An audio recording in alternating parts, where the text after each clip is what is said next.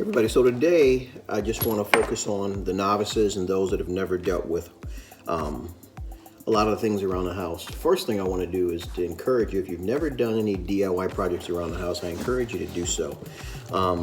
There's plenty of videos online, there's plenty of things that you can learn just to do the basics. But again, if you're not comfortable doing it, hire a professional.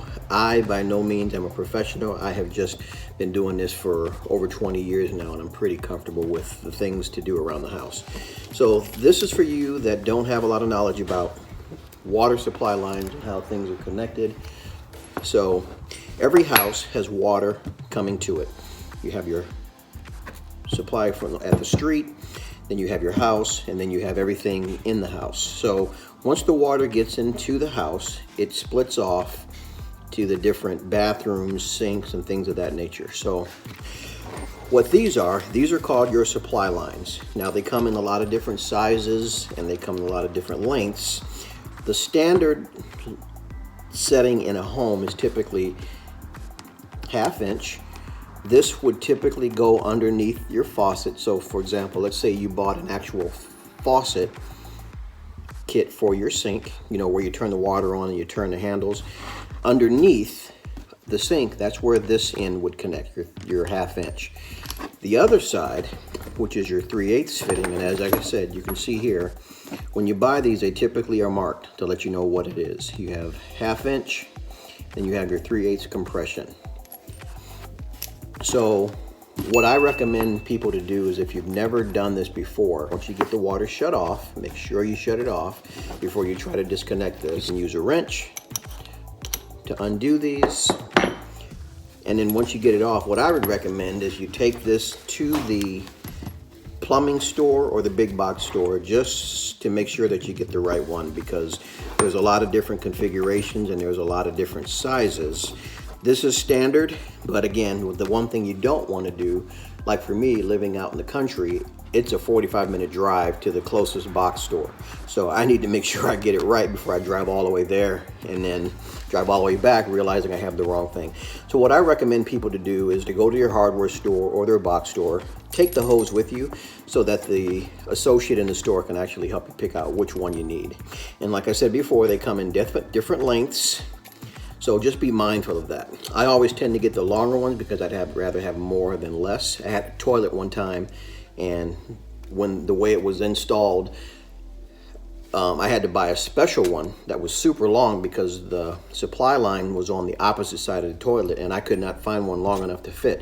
Thankfully, I was able to find one, but just something to keep in mind. So when you're connecting these, like I said before, you can use a standard wrench. There's also another tool that's called a basin wrench. This is a basin wrench, and they kind of work the same way. These allow you to get up in those tight areas up underneath the sink. Like let's say if you have a pedestal or it's just such a tight fit you can't get up in there. This will give you that extension, and it works very simple. This thing has teeth on it. It's, as you can see, it's spring loaded and it locks onto the nut here, which allows you to, once you're under the sink, you just turn. And if you look at the picture here, it even shows you on the picture that the large nut, which in this case would be the 1/2 inch size, goes to the underside of the faucet, and the 3/8 side actually goes to the other fitting. So if you have a hose that's leaking or for whatever reason you need to replace it, this should help you understand just enough of the basics to be able to do so. Now some houses don't have a shutoff valve at the sink. Okay, now we're not going to get into cutting copper lines or whatever you have underneath, whether it's PEX or PVC. We're not going to get into that today because that takes a little more know-how. But if you have a shutoff valve, and what I mean is even if you don't have a shutoff valve, if you can get the main water shut off to the house that's coming from the street, you can also disconnect and do this. But I'm talking in applications where you have the water coming in from the street, and where this connects, there's a shutoff valve connected to it. And also these things come, as you can see, they're braided, and these things will last for years.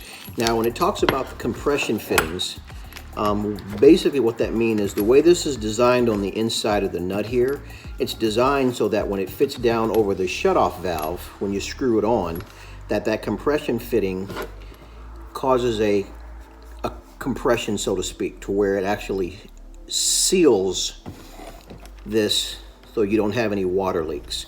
In conclusion, the biggest takeaways are, once you get the water shut off, if you're brand new with this, take off the hose, take it to the plumbing store or the big box store, just so they can actually help you pick out the right size that you need. If this is what you took off, you probably want to replace it with a 20-inch. Don't just go in and pick one that looks like it's the same thing, because I guarantee you're going to get home and this is going to be half-inch or this is going to be something different.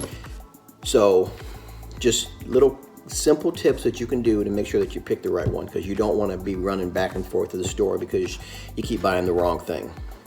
All right, hopefully this was helpful. If you have any questions or comments, please drop them in the comments section. Please make sure that you like this video, comment on this video, and share this video, because I guarantee you somebody out there doesn't know how to do this. All right, take care. See you on the next one.